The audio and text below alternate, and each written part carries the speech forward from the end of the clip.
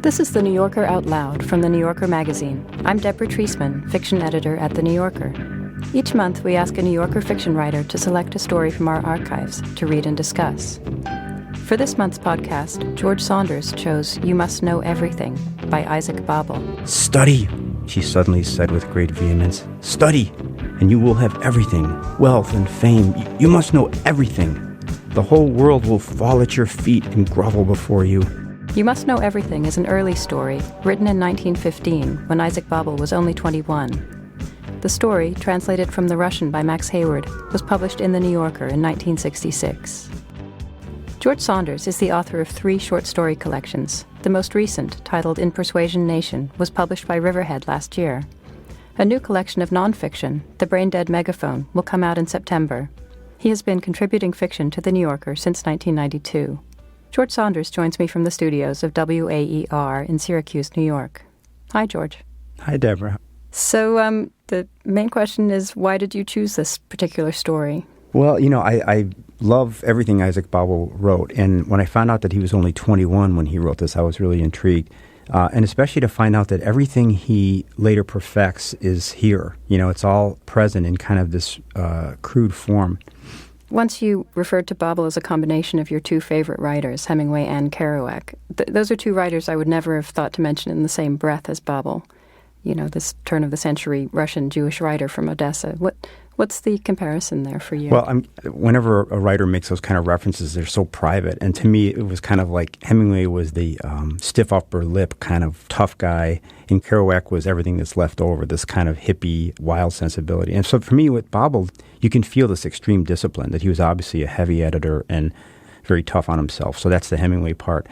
But also you could feel that a lot of his imagery was very poetic, and my feeling was that it was quite celebratory in the way that it comes out of him. Mm-hmm. So until I discovered Babel, I think I was doing a lot of shutting myself down with that discipline. Like everything was, even adjectives were too decadent, And so suddenly then to see Babel who could do both, he was obviously not a first draft guy. He was somebody who was just wringing the life out of every story or into every story.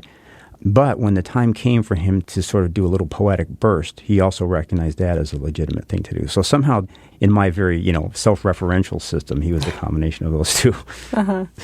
Can you just say a little bit about what the story is about? The way I read the story is it's kind of the young Isaac Babel surveying his life to date and saying, where has the real emotion been? Because that must be where my stories are located. And he finds his grandmother, who he loved very much. And so in some ways, it's kind of just a genius writing my Saturday with Grandmother story. And when I first read it, I thought, ooh, it's kind of slow compared to what he normally does. But every time I read it, I find meaning in even the sections that aren't quite so, on first read, don't seem so vital. But I, anyway, as a reader, feel that there was a method to the madness, that all this scene setting actually pays off. Right. We'll talk more after we listen to the story. Here's George Saunders reading You Must Know Everything by Isaac Babel. On Saturdays, I always came home late after my 6 lessons at school. Walking home through the streets never seemed to me a waste of time. It was very good for daydreaming, and everything looked so nice and familiar. I knew all the signs, the stonework of the houses, the storefronts.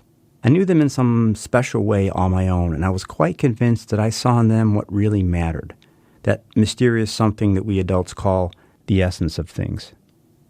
It was all very firmly fixed in my mind. If anybody happened to mention one of the stores, I could immediately picture its sign with the gilt letters and the scratch in the left-hand corner, the girl cashier with her high hairdo, and the aura clinging to the place, which is unlike the aura of any other store. And it was from such stores, people, auras, and theater posters that I pieced together my native city of Odessa. I remember, feel, and love it to this very day. I know it as one knows the fragrance of one's mother's skin, the flavor of love, words, smiles. I love it because I grew up in it, was happy, sad, and dreamed my dreams, fervent dreams that will never return. I always walked along the main street, which was the most crowded. The Saturday I'm going to write about was at the beginning of spring. At that time of year, we didn't have that mild and soft air which in central Russia is so exquisite over some quiet river or gentle valley. We had a slight glinting chill in the air, a hint of passion with a cold edge to it. I was just a kid at the time and knew nothing about anything, but blossoming and rosy-cheeked, I was affected by the spring just the same. I always took my time on the way home from school. I scrutinized every jewel in the jeweler's shop and read the theater posters from beginning to end. Once I was studying the pale pink corsets with crinkly garters at Madame Rosalie's and was just about to move on when I bumped into a tall student with a large black mustache. He was grinning all over his face and he said, "Having a good look, eh?" I blushed. He gave me a knowing pat on the back and said condescendingly, "Keep it up, old fellow. Good for you. All the best." He guffawed, turned on his heel, and walked away. I was very embarrassed, went straight home, and never again stopped to gaze into Madame Rosalie's shop window. I was supposed to spend this particular Saturday at home with my grandmother. She had her own room at the far end of the apartment behind the kitchen. In the corner of her room there was a stove. Grandmother always felt cold. It was always hot and stuffy in her room, and this made me miserable, and I wanted to escape. On this day I took all my paraphernalia, books, music stand, and violin into Grandmother's room. The table was already laid for me. Grandmother sat in her corner while I ate. Neither of us said a word. The door was shut and we were alone. For dinner I had cold gefilte fish with horseradish, a dish for the sake of which it would pay one to convert to Judaism, a thick tasty soup, roast meat and onions, lettuce, fruit salad, coffee, pie, and apples. I ate it all. I may have been a daydreamer, but I also had an appetite. Grandmother cleared the table and the room became neat and clean. There were some sickly-looking flowers on the windowsill. The only living things that Grandmother loved were her son, her grandson, her dog Mimi, and flowers. Mimi also came in, curled up on the sofa, and immediately fell asleep. She was a terrible sleepyhead, but a wonderful dog, kind, sensible, small, and good-looking. She was a pug with a light-colored coat. She had not grown fat and flabby in her old age, but had kept herself in good trim. She lived out the whole of her life of 15 years with us, from birth to death, and naturally enough, she loved us all, particularly Grandmother, who was so hard and merciless. Some other time I'll tell the story of their silent and furtive friendship. It is a good, moving, and tender story. Anyway, there we were, all three of us, Grandmother, Mimi, and I. Mimi was sleeping. Grandmother, in a good humor, sat in the corner in her silk Sabbath dress, and I was supposed to do my lessons. It was a difficult day for me. I had already had 6 lessons at school, and now my music teacher, Mr. Sorokin, was supposed to come, and so was Mr. Lieberman, my Hebrew teacher, to give a lesson we'd missed. Payson, the French teacher, might also come, and I had to prepare a lesson for him. There would be no trouble with Lieberman. We were old friends, but music and those scales were sheer misery. I spread out my exercise books and began to do my lessons. Grandmother did not interrupt me, God forbid. Her face was drawn and blank because of her reverence for my work. She fastened her round, bright yellow eyes on me. Whenever I turned over a page, they followed the movement of my hand. Anybody else would have been made very ill at ease by this fixed and ever-vigilant gaze, but I had grown used to it. Later, she would listen to me rehearse my lessons. She was at home only in Yiddish, and her Russian was very bad. She garbled it in her own peculiar way, using a lot of Polish and Jewish words. Of course, she couldn't read or write in Russian, and she'd hold a Russian book upside down. But this didn't prevent her from going through my lessons with me from beginning to end. She couldn't understand a word, but she listened intently, and the music of the words was sweet to her ears. She was full of reverence for learning, had great faith in me, and wanted me to become a rich man. When I had finished with the lessons, I did some reading. At that time, I was reading Turgenev's First Love. I liked everything about it, the vivid words, descriptions, and conversations. But that afternoon, I was particularly thrilled by the scene in which Vladimir's father strikes Zinaida on the arm with his riding crop. I could hear the swish of the whip and feel the momentary keen and painful sting of its supple thong. This upset me in some unaccountable way, and at this point I had to stop reading and walk up and down the room. But Grandmother just sat there without moving a muscle, and even the hot, stifling air was quite motionless, as though it knew that I was busy and must not be disturbed. The room was getting hotter all the time. Mimi began to snore slightly. It was quiet, eerily quiet, with not a sound from the outside world. Everything seemed weird to me at that moment. I wanted to run away from it all, but also to stay there forever.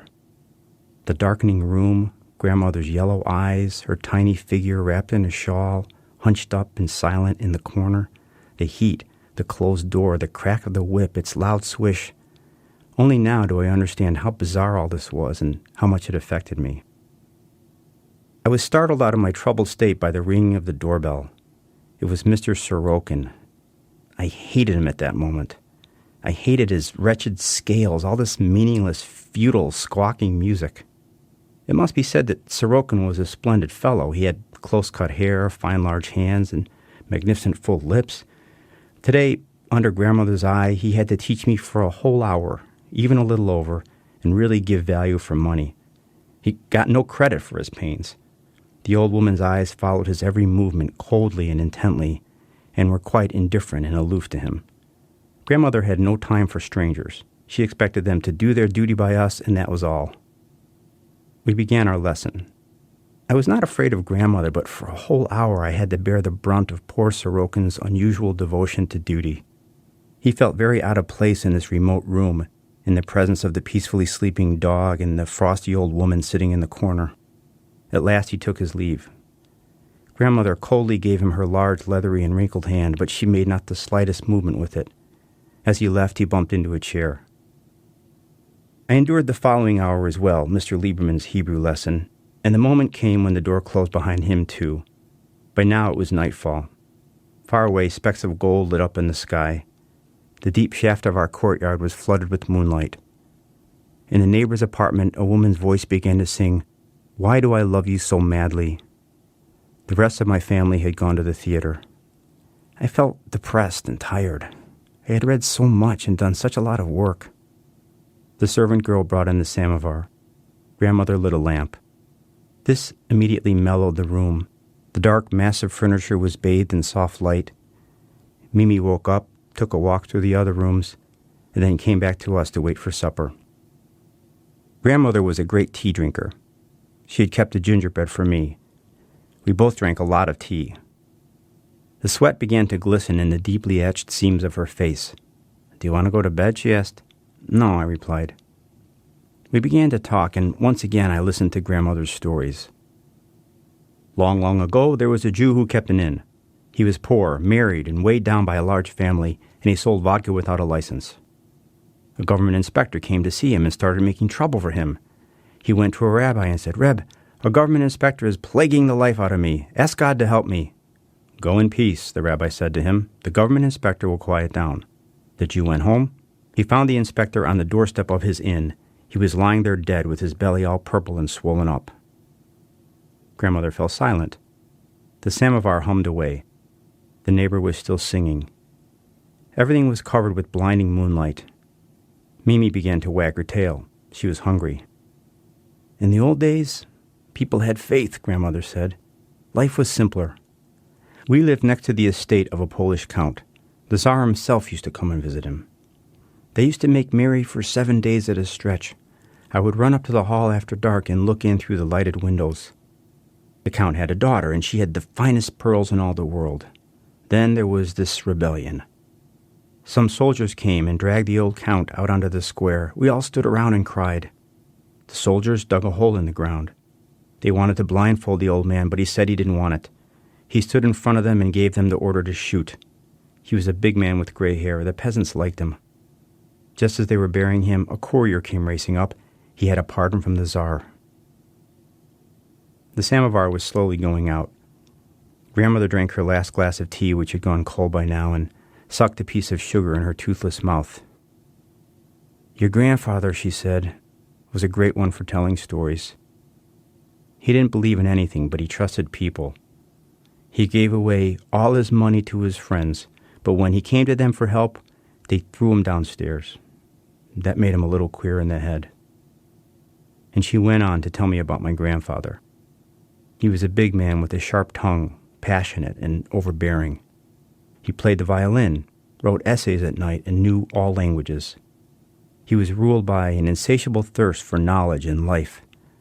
A general's daughter had fallen in love with their elder son, and this had been the son's undoing. He became a wanderer and a gambler, and He died in Canada at the age of 37. All grandmother had left was my father and me. Everything else was gone. For her, day was turning into night, and death was coming slowly. She fell silent again, then lowered her head and began to cry. "Study," she suddenly said with great vehemence. "Study, and you will have everything, wealth and fame. You must know everything. The whole world will fall at your feet and grovel before you. Everybody must envy you. Do not trust people. Do not have friends. Do not lend them money. Do not give them your heart." She said no more. There was silence in the room. She was thinking about years gone by and all her troubles.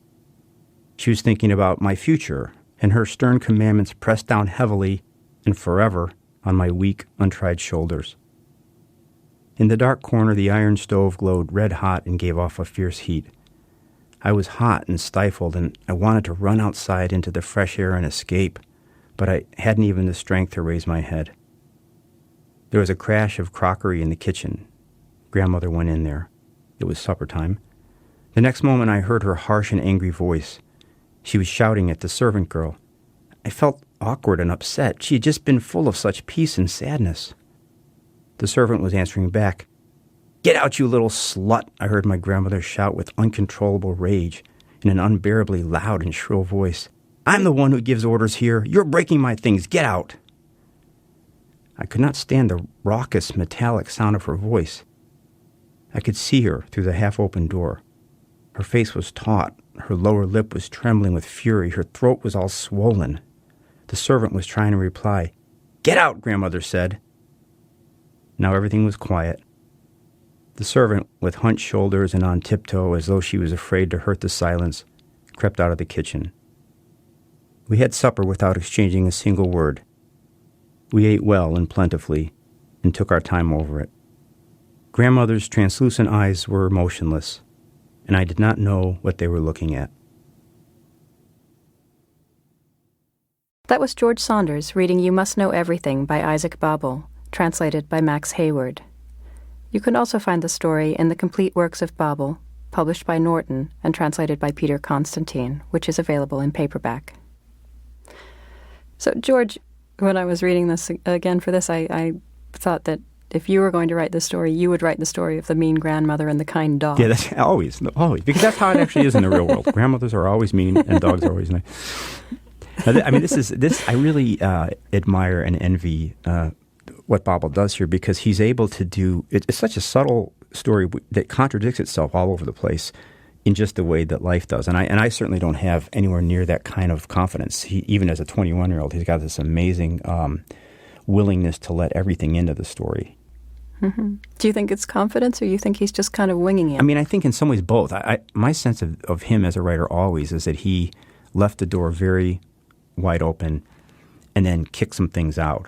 Mm-hmm. It's also amazing how much this resembles the later, more mature work, in the sense that there's a lot of time spent creating a surface, like a believable surface, and then often just one little explosion that then ripples, and it ripples both directions. It ripples into the beginning and the end of the story. And here I would say there's those two little explosions. At least for me, I don't know if you had this reaction, but what first strikes you is that little outburst where she's talking about her husband, and she says he didn't believe in anything, but he trusted people, and they turned on him. And so you kind of think that's where the sadness is. And then somehow for me, that works in a funny way with that outburst with the maid. And those are two of the deeply sad moments in the story. It's such a light touch with the characterization of the grandmother here. I mean, it's interesting to me how you think she's going to be a caricature of the Russian Jewish grandmother. And half of the time the boy seems to hate her. The other half he seems to love her. You can never quite fix on what she is for him or anyone. Exactly. And I think that, that's why I think maybe it started out to be a nostalgic portrait, but these odd things that she says, and that funny line in there where he's talking about the dog who loves the grandmother so much, and then he says she particularly loved grandmother who was so hard and merciless. And that's the kind of line that, you could see it coming out as you write because you're trying to be honest. And I think once a line like that gets in there, it sort of, backlights everything in the story. And that part of her personality is there to keep, and because, what interests me is that the advice that she gives him You Must Know Everything, actually, we can see that he's already enacted it. I mean, from the very first section, when he walks down the street, he's looking at all the shop windows and everything, and this incredible, rigor of these lessons and everything. So in a certain way, you get the impression that speech about the grandfather, this isn't the first time he's heard that speech, You Must Know Everything. And then what's beautiful to me about the story is the way that a lesser writer would probably have let that be the big surprise, the fact that, I'm shocked my grandmother said this about You Must Know Everything. But in fact, it's all sort of calm backstory. And the shock is when the grandmother then turns on that maid and calls her a slut, or in other translations, she calls her a hireling or a dreck. So in any case, not good. But that to me is the interesting moment in that story where this grandmother, who he's already conceded isn't a saintly grandmother, even surpasses his expectations by turning on this woman. And at least for me, you think, wow, well, maybe that this advice that she gives him, study, you must know everything, is incredibly aggressive. I mean, she says, the whole world will grovel before you, everybody must envy you. Mm-hmm. And then when you think, oh, this family ethic, which he's already imbibed, probably is why the friends rejected the grandfather. She mentioned sort of in passing that he was arrogant and so on. So you could see a situation where their version is he gave everything and they screwed him.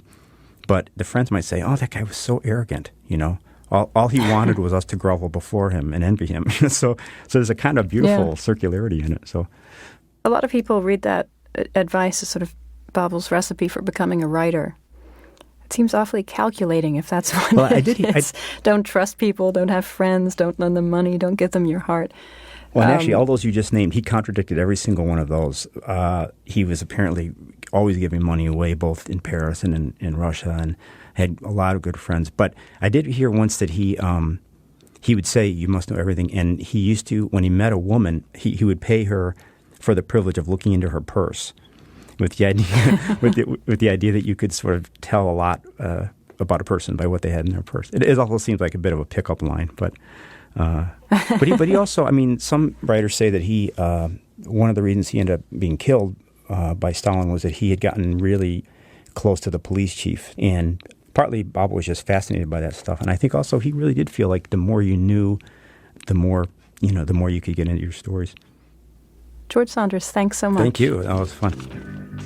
George Saunders' most recent collection of stories is titled In Persuasion Nation. You can also read a new Saunders short story, Puppy, on our website, newyorker.com. To subscribe to this and other free New Yorker podcasts, please visit the iTunes store. You can also download the weekly audio edition of the magazine through iTunes or audible.com. You've been listening to The New Yorker Out Loud from The New Yorker magazine. I'm Deborah Treisman. Thanks for listening.